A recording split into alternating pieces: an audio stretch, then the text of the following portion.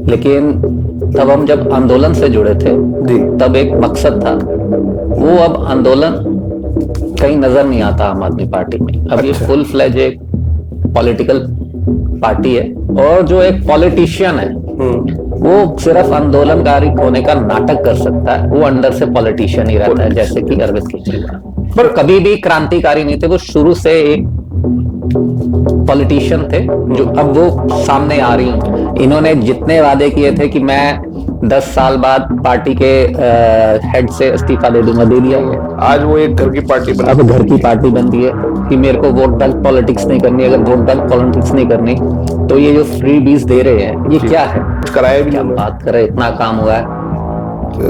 Sir हमें तो कहीं काम दिखा नहीं। नहीं काम हुआ है, उनके पर्सनल कितना उन्होंने नोट कमाया, क्या बात। वो राजेंद्र नगर के लोकल नेता नहीं है जी।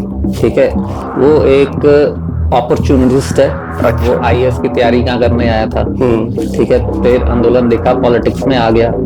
फिर उससे पहले उन्होंने करावल नगर से इलेक्शन लड़ा ठीक है, उससे पहले वो गोवा में, पंजाब में, वो जहां जहां गए हैं पार्टी का स्तर नीचे ही हुआ है। क्योंकि मैं इस चीज को प्रूफ नहीं कर सकता, क्योंकि जब ये लेन देन होते हैं जहाँ वो तो सीक्रेटली होते हैं तो इस चीज को प्रूफ नहीं कर सकता। रिकॉर्डिंग थी वो व्हाट्सएप पे जो खूब वायरल भी हुई थी, जिसपे देखिए मैं वही तो कह रहा हूँ, वो जिन्होंने वायरल करी, क्योंकि मैं ये चीजें इसलिए नहीं बोल सकता हूँ क्योंकि मेरे पास कोई सबूत नहीं है।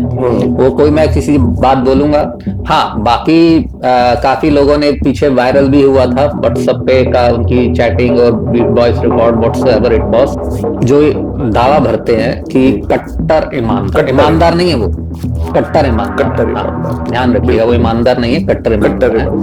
तो उनको अपने 20 एमएलए की टिकटें क्यों काटनी? कोई डेवलपमेंट नहीं है, ये मोदी जी और केजरीवाल एक सिक्के के दो पहलू हैं। इनका काम है फ्रीबीज, वो 80 करोड़ लोगों को राशन बांट के गिनाते हैं, ये बिजली और पानी फ्री बैठ के।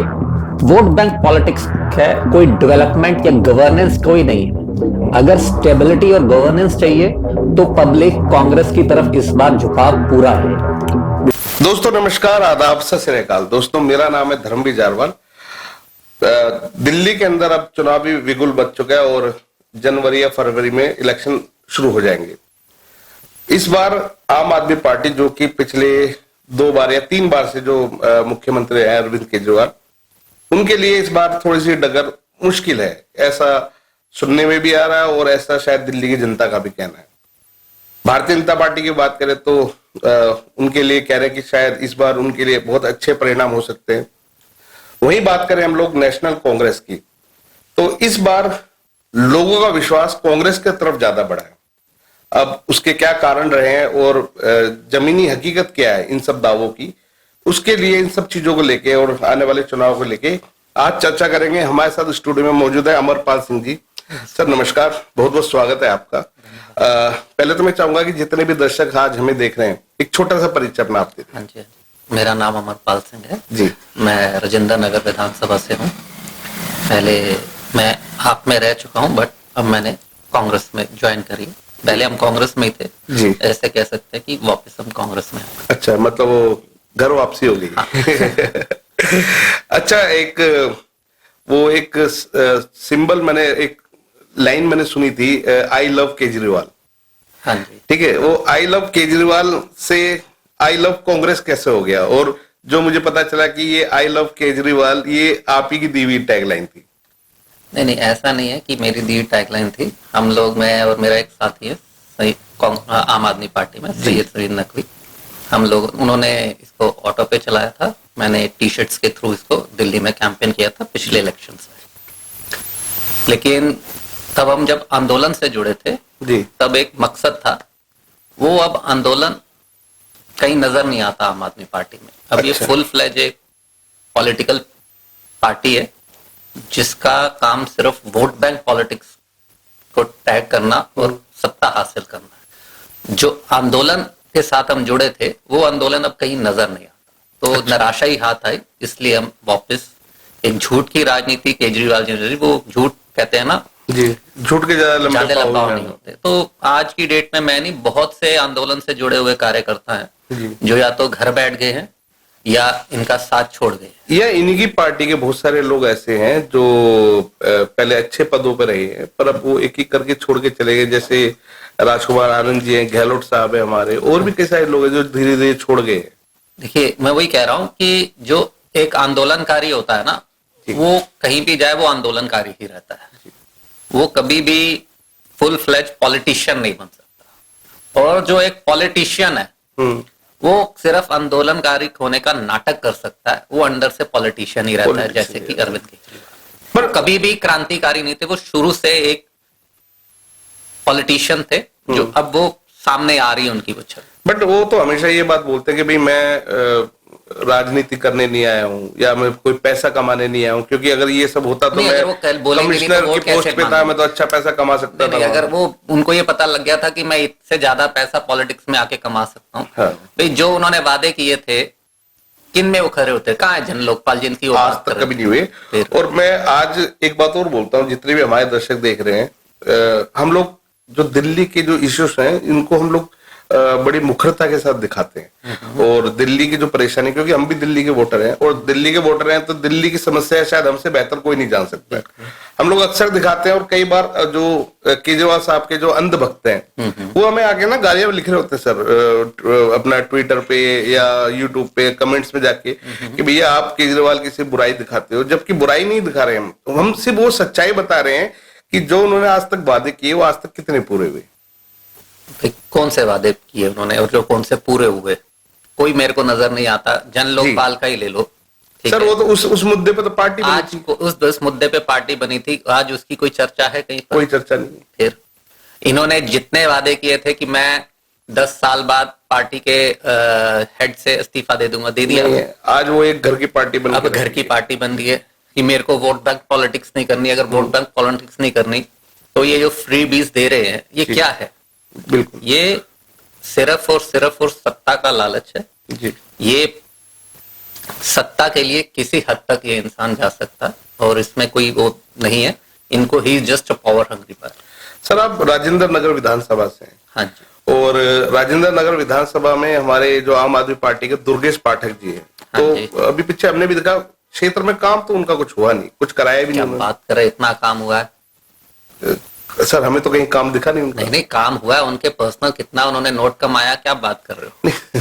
चलो पर्सनल उन्होंने नोट कमाया ये एक अच्छी बात है, बट धरातल की अगर बात करें जो आम जनता के, ये तो जो काम करे उन्होंने अपने पर्सनल फायदे के लिए करे हैं। हाँ जी। पब्लिक के फायदे के लिए क्या काम करें, क्योंकि आप तो वहीं रहते हैं। पब्लिक के फायदे के लिए उन्होंने पॉलिटिक्स करी है ना, फुल फ्लैश पॉलिटिक्स कर रहे हैं। मतलब जनता के लिए कोई काम नहीं है, उनको क्या मतलब? और मुझे लगता है कि अगर काम किया होता तो जो वो राजेंद्र नगर के लोकल नेता नहीं है जी, ठीक है, वो एक अपॉर्चुनिटिस्ट है। अच्छा। वो आईएएस की तैयारी क्या करने आया था, ठीक है, फिर आंदोलन देखा, पॉलिटिक्स में आ गया। फिर उससे पहले उन्होंने करावल नगर से इलेक्शन लड़ा, ठीक है, उससे पहले वो गोवा में, पंजाब में, जी। वो जहां जहां गए हैं पार्टी का स्तर नीचे ही हुआ है, नीचे हुआ, कोई बड़ा नहीं किया।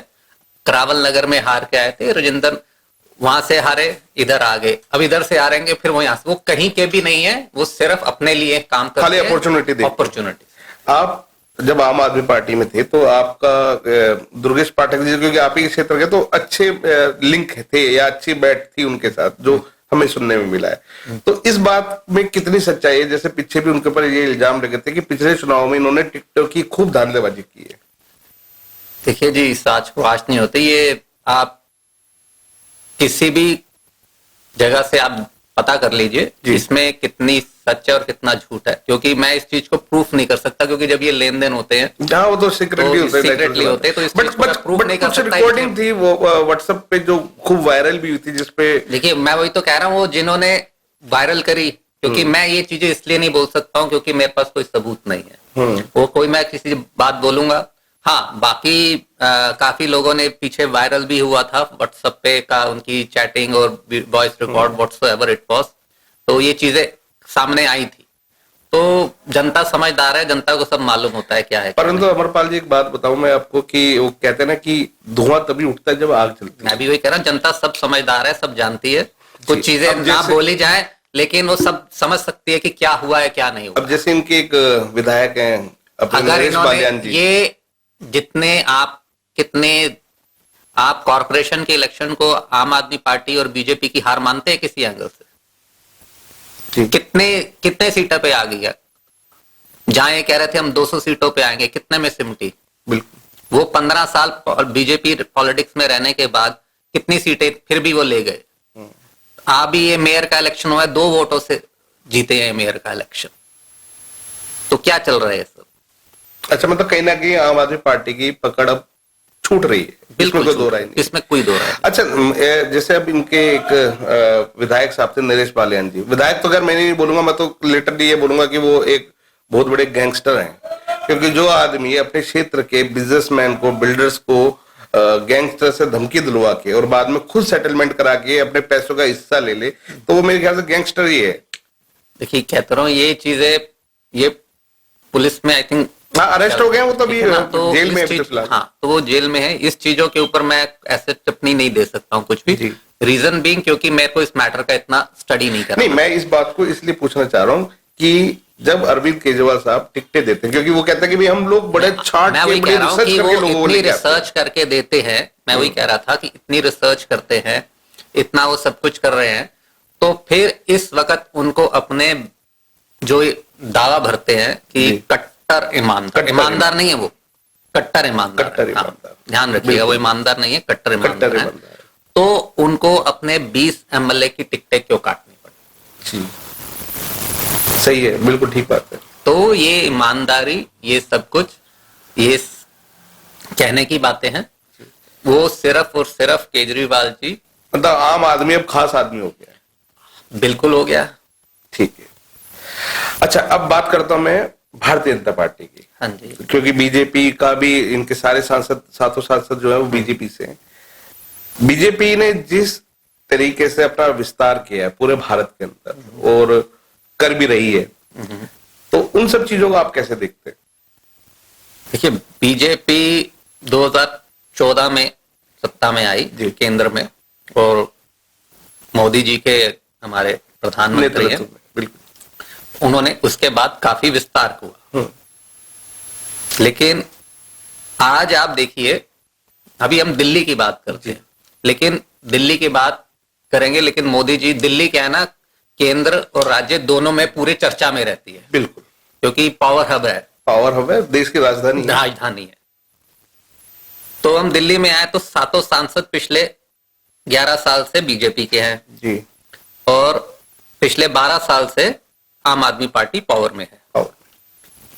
इन सातों एमपीज ने, और पहले टर्म में इनके 62nd टर्म 2015 में 67 और 2020 में 62 एमएलए आए, उनके सातों एमपीज थे। इन दोनों की वर्किंग क्या रही है? वर्किंग ये रही है कि वो इनके ऊपर ब्लेम गेम करते हैं और वो उनके ऊपर ब्लेम गेम, मतलब कहीं ना कहीं ये एक ही टीम है। अच्छा, जो सेम गेम खेलती है। 2 टीमें हैं जो सेम गेम खेलती हैं, लेकिन इन सेम गेम में हार दिल्ली की जनता जाती है। बिल्कुल, मैं इसी बात पे आ रहा था कि दिल्ली में अगर चलो केजरीवाल साहब मुख्यमंत्री रहते, अगर विकास नहीं कर पाए तो ये उनका फेलियर है। परंतु बीजेपी के अगर सातों सांसद है, अगर वो भी ये काम नहीं करा पाई तो फेलियर तो उनका भी है। दोनों काम कर रहे हैं। हाँ। दोनों अपना काम कर रहे हैं, एक दूसरे के ऊपर कीचड़ उछाल रहे हैं। और इसमें जो पिसती है वो दिल्ली की जनता पिसती है। आप देखिए, दिल्ली में राजी जब बिना पहले इलेक्शन हुए 1993 में जी, अब 5 साल की बीजेपी की सरकार आई, फिर 98 से लेकर 2013 तक कांग्रेस की सरकार आई, और 2013 से लेकर अब तक आम आदमी पार्टी की सरकार। उनकी 5 साल की सरकार तो सिर्फ टसल में लगी रही कि कौन सीएम बनेगा। पहले खुराना जी रहे, फिर विजय गोयल जी, फिर वो एंड में सुषमा स्वराज। तो बस वो सिर्फ 5 साल इसी चीज में बीत गए कि मैं पावर हंग्री हूं बस। उसके बाद कांग्रेस की 15 साल की सरकार आई जी। आप उसको टेन्योर को देखिए और फिर इस टेन्योर को देखिए, आपको अपने आप पता लग जाएगा कि विकास किसे कहते हैं, गवर्नेंस किसे कहते हैं, इंफ्रास्ट्रक्चर कहां बिल्ट हुआ, डेवलपमेंट की राजनीति क्या थी। आम आदमी पार्टी और बीजेपी डिस्ट्रीब्यूशन की राजनीति करती है, डेवलपमेंट की राजनीति नहीं करती। मतलब एक दूसरे पे एलिगेशन लगाते और एलिगेशन की राजनीति, ड्रामा करते रहो, ये कोई डेवलपमेंट नहीं है। ये मोदी जी और केजरीवाल एक सिक्कों के दो पहलू हैं। इनका काम है फ्रीबीज। वो 80 करोड़ लोगों को राशन बांट के गिनाते हैं, ये बिजली और पानी फ्री बैठ के। वोट बैंक पॉलिटिक्स है, कोई डेवलपमेंट या गवर्नेंस कोई नहीं है। अगर स्टेबिलिटी और गवर्नेंस चाहिए तो पब्लिक कांग्रेस की तरफ इस बार झुकाव पूरा रहेगा। बिल्कुल। फ्री की रेवड़ी की बात करी आपने, जैसे अब ये बांट रहे हैं केजरीवाल साहब, ठीक है। मैं अपना पर्सनल एक उसमें वो रखता हूँ, आपके सामने व्यू रखता हूँ। मेरा जो पर्सनल व्यू क्या है इसके लिए, जैसे अभी वो कह रहे हैं कि भाई महिलाओं को 1000 से लेके अब वो 2100 रुपए पहुंच गए महिला सम्मान योजना, कि महिलाओं को 2100 रुपए देंगे।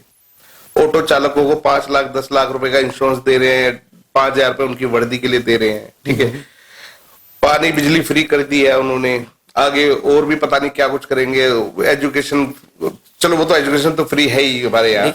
मेरा कहने का मतलब ये है कि कुल मिला के जो मैं बेसिकली जानना चाहता हूँ कि ये जो फ्री की रेवड़ी है, जो फ्री का जो पैसा ये बांटा जा रहा है, ठीक है, ये वो पैसा जो मैं या आप जैसे लोग जो टैक्स के रूप में देते हैं, ये कोई फ्री की रेवड़ी नहीं है। कुछ तो भी ये फ्री नहीं, क्योंकि हमारा ही टैक्स का पैसा जी इधर को जाता है। हाँ। ये सिर्फ और सिर्फ वोट बैंक पॉलिटिक्स है। इलेक्शन आ रहे हैं, बांटना है और वोट लेना है। डेवलपमेंट क्या है? ये डिस्ट्रीब्यूशन है। डेवलपमेंट कहां है? दिल्ली को उन्होंने 15 साल एमसीडी थी उनकी, पिछले 10 साल से उनके एमपी हैं, ये 11 साल से, ये 12 साल से, ये इनकी दोनों की एक भी डेवलपमेंट दिखाई है। डिस्ट्रीब्यूशन मत गिनाइए मेरे को कि वो ये दे रहे हैं वो दे रहे हैं। बिजली पानी, कौन सा बिजली फ्री दे दी? पहले महीने 2 महीने में एक बार बिजली का बिल आता था, आज की डेट में हर महीने आता है, ठीक है। जो ये अगर ऊपर की जेब में डाल रहे हैं, नीचे की जेब से पैसे पब्लिक की जेब से निकाल भी रहे हैं। सरचार्जेस कितने हैं? क्या कमर्शियल जो बिजली है उसके ऊपर चर्चा कीजिए, वो कितनी महंगी है। बिल्कुल। आप पानी फ्री की बात कर रहे हैं, क्या ये जब इतना इन्होंने हंगामा किया था, ये टैंकर माफिया, क्या टैंकर माफिया दिल्ली में खत्म हो गया? नहीं, आज भी आप फ्री डिस्ट्रीब्यूशन मेरी विधानसभा में देख लिया, राजेंद्र नगर पानी नहीं है लोगों के घर में। होता है दिन, एक जगह दिन में पानी आता है और आधी जगह शाम को पानी आता है, 24 घंटे पानी नहीं है। हमारे क्षेत्र में आप चले जाइए इंदरपुरी में, वहां पानी की किल्लत है। नारायणा चले जाइए, वहां पानी फ्री दे, पानी तो दीजिए पहले, फिर फ्री पे बात कीजिएगा। तो अमरपाल जी, मैं जो ये बात जानना चाह रहा था उसका कारण ये था कि जैसे केजरीवाल साहब हर ड्राइवर को साल के 5000 रुपए दे रहे हैं और दिल्ली में लगभग 1.5 लाख ऑटो ड्राइवर्स हैं। मतलब मोटा मोटा बात करें तो ये जो वैल्यू है ये करोड़ों में पहुंचेगी। ये इनको इलेक्शन के टाइम पे क्यों याद आया? ये भी सिर्फ वोट बैंक पॉलिटिक्स, और क्या कह रहा हूँ, ये सिर्फ डिस्ट्रीब्यूशन की राजनीति है जी, डेवलपमेंट की राजनीति नहीं है। मैं यही पूछना चाह रहा था कि इनको ये पैसा आप ड्राइवर को ड्रेस के लिए दे रहे हैं, ये पैसा तो कितनी जगह काम आ सकता है दिल्ली। मैं वही तो कह रहा हूँ कि ये डिस्ट्रीब्यूशन की राजनीति है, वोट बैंक पॉलिटिक्स है, डेवलपमेंट की राजनीति नहीं है। तब ये पहले ये एमसीडी में आए 2 साल पहले, तब ये बोल रहे थे भ्रष्टाचार है एमसीडी में, हमें दिल्ली की, हमें ये डिस्ट्रीब्यूशन की राजनीति पर गवर्नेंस की राजनीति चाहिए, डेवलपमेंट की राजनीति चाहिए। आप इनका 12 साल का, 5 साल का बीजेपी का और 15 साल का कांग्रेस ने जो 1998 से 2013 तक ये टेन्योर आप मैच कर लीजिए। उनका कांग्रेस के टाइम पे कितने काम हुए आप सामने नजर आते हैं। मेट्रो कौन लेके आया? कांग्रेस लेके। दिल्ली के मैनेजमेंट स्कूल्स कितने खुले? ये शिक्षा क्रांति की बात करते हैं, हमने शिक्षा फ्री कर दी, इतने नए, कौन सा नया स्कूल खोला है? कोई नया स्कूल नहीं खोला है। ब्यूटिफिकेशन करी है, पुराने स्कूल थे वो, उनको ब्यूटिफिकेशन हुआ, सौंदर्यीकरण हुआ है। नया स्कूल खोलना और पुराने स्कूल का सौंदर्यीकरण करना में बहुत अंतर है। दिल्ली में इतनी जगह ही नहीं है कि कोई नया स्कूल खोला जा सके। तो ये झूठ की राजनीति है ना। आप ये डेवलपमेंट के लिए नहीं है, ये सिर्फ और सिर्फ डिस्ट्रीब्यूशन, फ्रीबीज और वोट बैंक पॉलिटिक्स करते हैं केजरीवाल, और कुछ नहीं करते। अच्छा, एक बार अभी कुछ समय पहले मैं दिल्ली की जनता से चर्चा कर रहा था, तो ये बात बड़ी इंटरेस्टिंग लगी और ये बात हमने भी महसूस की है। अक्सर लोगों ने मुझे बोला, कई लोगों ने बोला कि भाई साहब कांग्रेस राज में जितनी कमाई थी, ठीक है, या लोगों ने जितने प्रॉपर्टी के रेट बढ़े, ठीक है, या लोगों की जो कमाई थी, इनकम ऑफ सोर्सेज क्योंकि ज्यादा थी। इंफ्रास्ट्रक्चर बढ़ रहा था, अच्छा, डेवलपमेंट पैसा आ रहा था, बिल्कुल। डेवलपमेंट होती है पर तभी उसके बावजूद भी लोगों ने के। फिर कांग्रेस को वोट क्यों नहीं दिया? देखिए, ये सब स्टार्ट हुआ जब अन्ना आंदोलन हुआ जी, अन्ना आंदोलन से स्टार्ट हुआ। ये मैं आपको बताया, मैं कह रहा हूं कि बीजेपी और आम आदमी पार्टी बेसिकली मोदी और केजरीवाल, मोदी जी और केजरीवाल एक ही सिक्कों के दो पहलू हैं। जी, इनकी राजनीति सिर्फ और सिर्फ झूठ पे टिकी है और कांग्रेस के अगेंस्ट बोल के टिकी है। अगेंस्ट बोलते रहे, क्या विकास हो गया? जो मोदी जी बोल रहे थे 2014 से स्थिति तो आज इलेक्शन भी में, वही है। आज इनके कोई विकास की बात करते हैं वो? क्या ब्लैक मनी की बात करते हैं वो? नहीं, महंगाई की बात करते हैं वो? स्मार्ट सिटीज की बात करते हैं वो? बुलेट ट्रेन आ गई, कितने झूठे वादे किए थे। बिल्कुल। उधर दूसरी तरफ आ जाइए केजरीवाल जी तरफ, क्या लोकपाल आ गया? नहीं है, ये यमुना की सफाई नहीं, यमुना आज की तक सफाई वो हो गई, नाला बन गई है सर। यमुना की सफाई हो गई। ये आदरणीय शीला दीक्षित जी के को जेल में डालना चाहते थे, क्या डाल दिया? उनको तो नहीं, खुद लिकर स्कैम में अंदर चले गए। बिल्कुल। इन लोगों ने सिर्फ और सिर्फ और सिर्फ झूठ बोला है, झूठ की राजनीति है और कुछ भी नहीं। अमरपाल जी, एक सवाल ये भी उठता है यहाँ पे, जैसे आपने बोला कि केजरीवाल साहब सिर्फ राजनीति करते हैं, तो सवाल ये भी उठता है कि जब केजरीवाल साहब ऐसे व्यक्ति हैं, तो फिर राहुल गांधी ने इनके साथ वो महागठबंधन में इनको क्यों जोड़ा अपने साथ? क्या ये वो नहीं है कि भाई एक मौका परस्त वाली बात कह लो, या यूं कह लो कि भाई हमें मोदी जी को हराना है तो उसके लिए हम किसी के साथ भी साठगांठ कर लेंगे? देखिए, राष्ट्र से बड़ा कुछ नहीं होता, कुछ नहीं होता। हमारा ये राज्य है और वो राष्ट्र है। उसमें अगर बीजेपी की झूठ को रोकना है तो हम इंडिया ब्लॉक को गिनते हैं। इंडिया ब्लॉक में कितने पार्टनर्स हैं और एनडीए में कितने हैं? कोई अकेला नहीं है, कोई अकेला नहीं, सच्चाई ठीक है ना। तो पॉलिटिक्स आज की डेट में अगर नेशनल लेवल पॉलिटिक्स करनी है तो गठबंधन करना पड़ेगा। एनडीए का अपना एनडीए में इंडिया अलायंस से ज्यादा पार्टनर्स है। वो कहते हैं शेर अकेला, कोई शेर अकेला नहीं है। एनडीए में इंडिया अलायंस से ज्यादा पार्टनर्स। तो उस चीज को रोकने के लिए एक ब्लॉक बना है, वो नेशनल लेवल की पॉलिटिक्स है, ये राज्य की स्टेट पॉलिटिक्स है, दोनों डिफरेंट है। नहीं, बिल्कुल फैक्ट है। मैं पर जो बात जानना चाहता हूँ ये है, जैसे केजरीवाल साहब की बात करूं तो वो पहले एक ब्रीफकेस लेके घूमते थे शीला दीक्षित और सोनिया गांधी के नाम के, कि भाई सबूत है और इनको मैं जेल पहुंचा के तो कर दिया क्या? ठीक है। आज उन्होंने कोलगेट स्कैम और 2G स्कैम में घेरा था, क्या किया उन्होंने? नहीं तो इन्होंने शीला दीक्षित जी के खिलाफ बयानबाजी करी कि मैं इन्होंने घोटाले किए, मैं इनको कर दिया क्या? वो कोलगेट स्कैम और 2G स्कैम के हवाले दे रहे थे, काला धन वापस लेके आऊंगा, ले आए क्या? दोनों सुप्रीम कोर्ट में केस खारिज हो गए। शीला दीक्षित कहीं जेल नहीं गई, बल्कि ये जेल में चले गए। और वो आज अडानी के खिलाफ क्या हो रहा है पूरा देश जानता है। पूरा देश जानता है। तो ये सिर्फ और सिर्फ दोनों आदमी जो है हमारे नेता हैं, एक हमारे देश के आदरणीय प्रधानमंत्री जी और एक हमारे राज्य के एक्स सीएम, दोनों के दोनों सिर्फ और सिर्फ कांग्रेस के खिलाफ बयानबाजी करके राजनीति, झूठ की राजनीति, नफरत की राजनीति और वोट बैंक पॉलिटिक्स की राजनीति करते हैं, नथिंग एल्स। अगर दिल्ली की जनता इस बार गवर्नेंस को चुनेगी, डेवलपमेंट को चुनेगी, स्टेबिलिटी को चुनेगी, विजनरी को चुनेगी, जो कांग्रेस में। कांग्रेस को जैसे राहुल गांधी जब से कांग्रेस में आए, और कई बार तो विपक्ष के लोग, जो सत्ता के लोग हैं, जैसे बीजेपी के लोग, वो ये भी कहते रहे कि जब तक राहुल गांधी कांग्रेस में रहेंगे कांग्रेस कभी ऊपर नहीं आ सकती। ये कौन कह रहा है? मतलब मोदी साहब ही कह लो। तो मोदी साहब को अगर उनको, तो फिर अगर वो ये क्यों कह रहे हैं भी? अगर उनके हिसाब से ध्यान रखिए, अगर मेरे को अगर किसी को मालूम है ना कि ये हमारा ओपोनेंट खराब है, इससे हमें फायदा है, तो वो उनके खिलाफ ऐसी बयानबाजी क्यों करेंगे? वो कहेंगे आप चलता रहे। उनको अगर डर लगता है तो उनको राहुल गांधी जी के जो सेकुलरिज्म की राजनीति वो कर रहे हैं, जो डेवलपमेंट की राजनीति, जो विजन की राजनीति कांग्रेस में है, उससे उनको डर लगता है, राहुल गांधी जी से वो डरते हैं, इसीलिए वो ऐसी बयानबाजी करते हैं। जैसे कई बार देखने को भी मिलता है कि जब से राहुल गांधी बीजेपी कांग्रेस में ज्यादा सक्रिय हुए हैं, तब से कई जगह इन्होंने अपने जहां ये सत्ता में थे वो राज्य लूज कर दिए, खो दिए। तो ऐसा नहीं लगता आपको कि भाई कहीं ना कहीं वो उस पावर वाला या एक वो जो नेता होता है ना, जो सबको साथ लेके चलता है, सबको एक विजन दिखाता है, क्या आपको लगता है कि राहुल गांधी के अंदर वो क्षमता है? अगर वो क्षमता नहीं होती तो ये 99 सीट्स इलेक्शन में बीजेपी वाले तो कहते हैं भाई वो गठबंधन था इसलिए इनको इतनी कांग्रेस की आई है 99 सीट्स, नहीं गठबंधन की नहीं आई है। अच्छा, 99 सीट सिर्फ कांग्रेस की आई है। नहीं, उनका कहने का कारण ये था, वो ये कह रहे थे कि इनको 99 सीट्स भी इसलिए मिल गई क्योंकि इन्होंने सभी पार्टीज के साथ अलायंस किया हुआ है। तो उतनी सीट्स उनको भी मिल गई क्योंकि उन्होंने भी अलायंस किया हुआ है। क्या वो इलेक्शन अकेले लड़े थे? बीजेपी के अकेले इलेक्शन, एनडीए लड़ा था कि बीजेपी लड़ी थी? बिल्कुल एनडीए लड़ा था। फिर तो अगर वो इनके ऊपर बोल रहे हैं तो पहले खुद एनडीए से बाहर निकले और खुद इंडिपेंडेंट लड़े। बिल्कुल।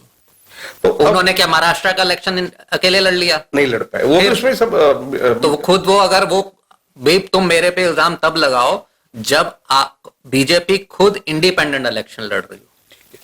तो आप अभी कांग्रेस को कैसे देख रहे हैं? क्योंकि अभी आप कुछ समय पहले कांग्रेस में शामिल हुए। कुछ समय पहले कांग्रेस में, लेकिन हमारा बैकग्राउंड कांग्रेस से ही रहा है। हाँ जी। नहीं तो अभी आप समझ में आ गया ना कि अगर we want development, if want vision, we want stability, we want not a distribution, हमें फ्रीबीज की राजनीति नहीं, अगर डेवलपमेंट की राजनीति करनी है, गवर्नेंस चाहिए, स्टेबिलिटी चाहिए, तो उसके लिए कांग्रेस और जो जनता इस बार ये इनको जवाब दे देगी।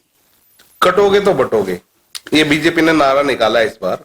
और अभी कई नेताओं ने इस पे डिबेट भी की है, सबके अपने अपने इसमें पहलू हैं अपने, कि भाई सोच है कि क्या है। डर की राजनीति है, डर की। हाँ। ये डर देखिए, यही डर हिटलर ने जर्मनी में दिखाया था जूस के अगेंस्ट। जी। आज मोदी जी को बोलिए कि विकास की बात करें, क्यों नहीं करते? काले धन की बात करें, क्यों नहीं करते? 100 स्मार्ट सिटीज की बात करें, क्यों नहीं करते? हर बात में मुस्लिम, हर बात में पाकिस्तान, हर बात में कटोगे बटोगे, ये चीजें लेकर क्यों आते हैं? डेवलपमेंट की बात करें, कहां है डेवलपमेंट की? कोई बातचीत कर लीजिए, कोई इनका स्लोगन या कोई इनकी विजनरी इस चीज को लेकर आती है। तब इन्होंने ये बोला था कि दिल्ली को पूर्ण राज्य, क्यों नहीं कर रहे पूर्ण राज्य दिल्ली का?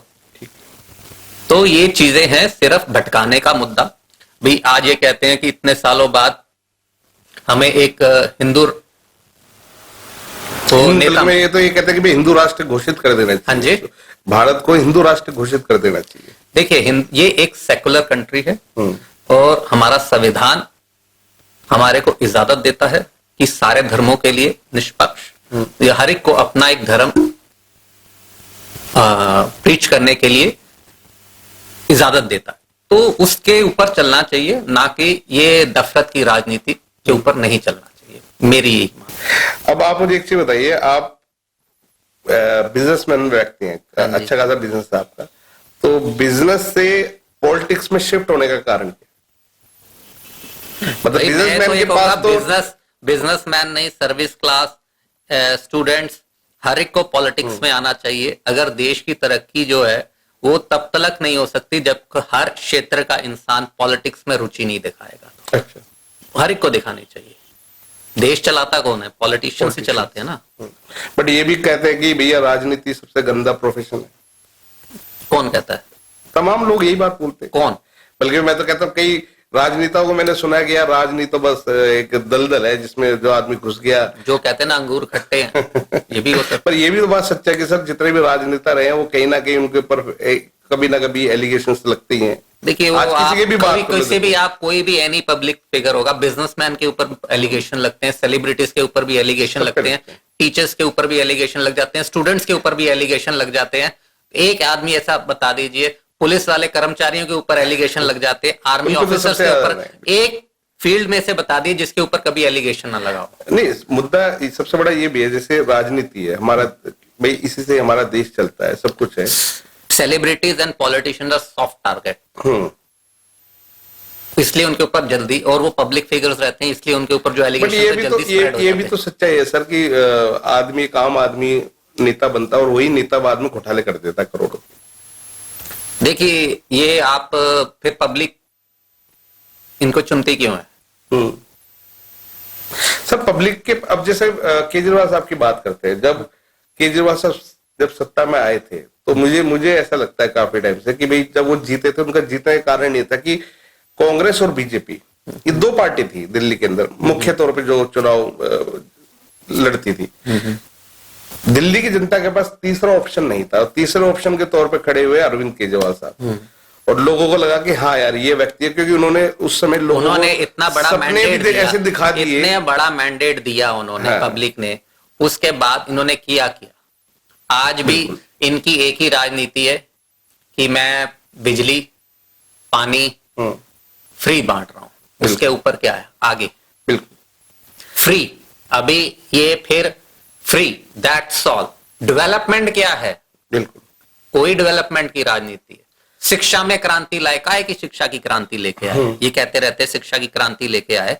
शिक्षा की वो कहते हैं जी देश का नहीं पूरे विश्व का सबसे अच्छा शिक्षा मंत्री है मनीष सिसोदिया जी। अगर इतने इतने मजबूत और इतने अच्छे हैं तो क्या अपने पड़पड़गंज की सीट क्यों छोड़नी पड़ गई इनको? क्यों छोड़ रहे हैं वहीं से क्यों नहीं रेक्ट कर रहे? अब ये कहेंगे ओझा जी आए उनके लिए मैंने, नहीं ऐसा कुछ नहीं है कि ओझा जी के लिए इन्होंने सीट छोड़ दी है। पिछली बार हारते हारते बचे थे, मतलब कहने का मतलब है इस बार ये ओझा जी को भी हरवाएंगे। हाँ जी, डेफिनेटली हारेंगे। अच्छा, मैं आपसे एक बात जानना चाहूंगा सर, क्योंकि अब ये पूरी आम आदमी पार्टी इस बार सत्ता में नहीं आएगी, ये दिखता भी है, ये ग्राउंड लेवल पे दिख भी रहा है। इस बार इनकी डगर थोड़ी सी मुश्किल है।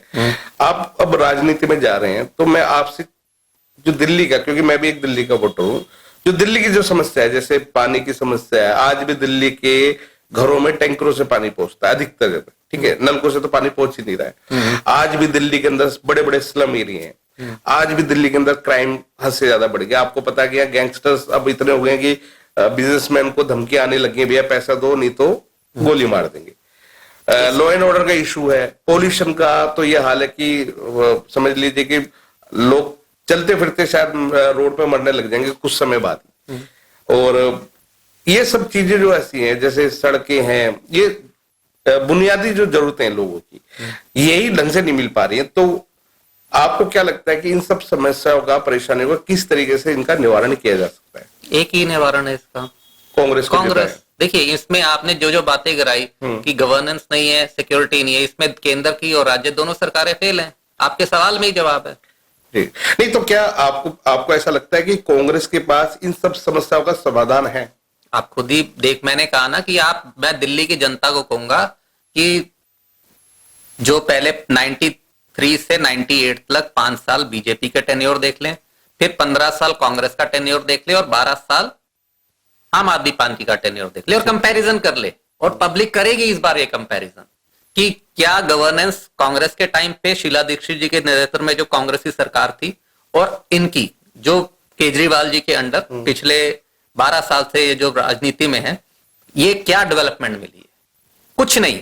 पॉल्यूशन बढ़ा है, यमुना साफ नहीं हुई, आप केंद्र की और राज्य का कोई तालमेल नहीं है, बस एक दूसरे के ऊपर ब्लेम गेम लगाते हैं। यही इनकी राजनीति है, कांग्रेस को गालियां देना और अब एक दूसरे के ऊपर ब्लेम करना कि ये हो गया वो हो गया। डेवलपमेंट, विजनरी, स्टेबिलिटी कहीं नहीं है। मैं इसी बात पे आता हूं कि मान लीजिए, सपोज कीजिए कि इन चुनाव में कांग्रेस जीत जाती है, अच्छे मतों से जीतती है, और दिल्ली का कोई मुख्यमंत्री भी मान लीजिए कांग्रेस से बन जाता है, तो क्या ये समस्या कांग्रेस के साथ नहीं आएगी कि सेंटर में बीजेपी है? जब 15 साल थी, जब 98 में पहली बार कांग्रेस की सरकार बनी थी, तब केंद्र में वाजपेयी जी की सरकार थी। पर सर उस समय तो अलग लीडर्स थे ना, आज तो मोदी जी हैं, लोग कहते हैं कि भैया मोदी जी तो कुछ काम ही नहीं करने देते। मोदी जी काम नहीं करने देते तो ये जनता अपने आप जवाब देगी उन्हें। नहीं तो अगर ये समस्या कांग्रेस के साथ आएगी तो दिल्ली में हमने 15 साल में कभी शीला दीक्षित ने कभी नहीं बोला था कि उनकी 98 से लेकर 2004 तक केंद्र में बीजेपी की सरकार थी 6 साल तक। तब तक हमने कभी भी आपने शीला दीक्षित से ये सुना कि हमारी एलजी के साथ अंडरस्टैंडिंग नहीं मिलती? लोगों को तो एलजी का नाम ही नहीं पता था कि एलजी भी दिल्ली में होता है। ये तो केजरीवाल जी के आने के बाद हुआ, उससे पहले तो कभी नहीं सुनने को मिलता, कभी नहीं पता था दिल्ली के लोगों की भैया दिल्ली में कोई एलजी भी होता है। सबको लगता था कि खाली मुख्यमंत्री है और वही सब कुछ चला रहा है, पर केजरीवाल साहब आए तो लोगों को पता चला कि अरे नहीं, इनके ऊपर अरे भी क्योंकि एलजी साहब इन है। लोगों ने इनको जनता को मूर्ख बनाते हैं, एक दूसरे के ऊपर ब्लेम गेम, जी और हार कौन जाती है? एक ही दो टीमें हैं, एक ही गेम खेलते हैं जिसमें हार का सामना जनता को करना पड़ रहा है, जो जनता इसमें पिस रही है 7 एमपीज और दिल्ली के सीएम के बीच में।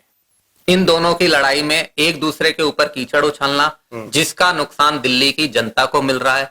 और इस बार दिल्ली की जनता बीजेपी और आम आदमी पार्टी को जवाब देगी और कांग्रेस को वापस सत्ता में लेकर आएगी। ठीक है सर, चलते चलते अंत में यही कि जितने भी दर्शक हमारे आज आपको देख रहे हैं, उनके लिए क्या कहना चाहेंगे आने वाले चुनाव को लेके, खास तौर से राजेंद्र नगर के जितने भी लोग आपको देख रहे हैं, उनके लिए क्या संदेश रहेगा? और कि विजनरी के ऊपर जाइए। एक चीज और सर कि एक बात और मैं बोलना चाहूंगा, एक तो आप ये भी आज बताएं जितने लोग देख रहे हैं, क्योंकि आपसे बातचीत करके मुझे एक चीज समझ में आई है कि दिल्ली की जनता को वोट उसी व्यक्ति को देना चाहिए जो काम कराएगा। बिल्कुल। तो जितने लोग हमें देख रहे हैं, खासतौर से राजेंद्र नगर के, उनको भी एक चीज ये बताएं कि भाई जब आप दिल्ली के लोग जिस भी नेता को वोट करें तो क्या चीज देख के करें और किन चीजों का ध्यान रख के अपना नेता चुने। इन चीजों को ध्यान रखा जाए कि नेता जो हो लोकल हो,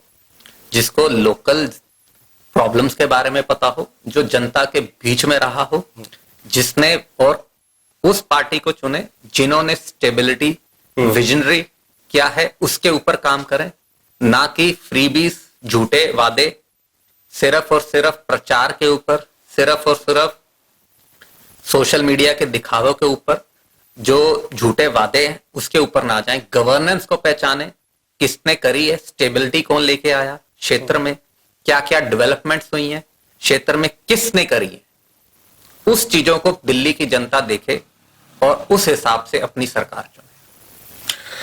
तो दोस्तों, मेरे पिताजी भी मुझे ये बात कहा करते थे कि भाई जब दिल्ली में कांग्रेस का राज था तो लोगों ने अच्छे पैसे कमाए, प्रॉपर्टी में अच्छा उछाल आया था और अच्छा लोगों ने जीवन जिया है। आज बीजेपी और आम आदमी पार्टी कांग्रेस को लोग क्या कुछ कहते हैं वो किसी से छुपा नहीं है। कांग्रेस का कद पहले से बढ़ा है, इसमें कोई दो राय भी नहीं है। जब से राहुल गांधी के नेतृत्व में कांग्रेस आगे भी बढ़ रही है और अच्छे अच्छे नंबरों से चुनाव भी जीतने लगे हैं। दिल्ली में भी चुनाव है, अब वोट आप किसी को भी दें, ये आपका व्यक्तिगत निर्णय है, आप किसी को भी वोट दे सकते हैं, परंतु जिसको भी दें ये सोच समझ के दें कि ये व्यक्ति मेरे लिए क्या कर रहा है, मेरे परिवार के लिए क्या कर रहा है, मेरे बच्चों के भविष्य के लिए क्या करेगा। तो इन सब बातों का ध्यान रख के आप वोट करें, परंतु वोट जरूर करें। वो वोट करना सबसे जरूरी चीज है। वोट जरूर करें, किसी को भी करें पर वोट जरूर करें। और आज अमरपाल जी से बात हुई हमारी और मुझे उम्मीद है कि आपको भी बात करके सब मजा आया होगा। और चुनाव आने वाले जल्दी, और अब इन सब चीजों को लेके कैसे क्या होता है क्या नहीं होता है, दिल्ली में किसकी सरकार बनेगी किसकी नहीं बनेगी, ये समय बताएगा।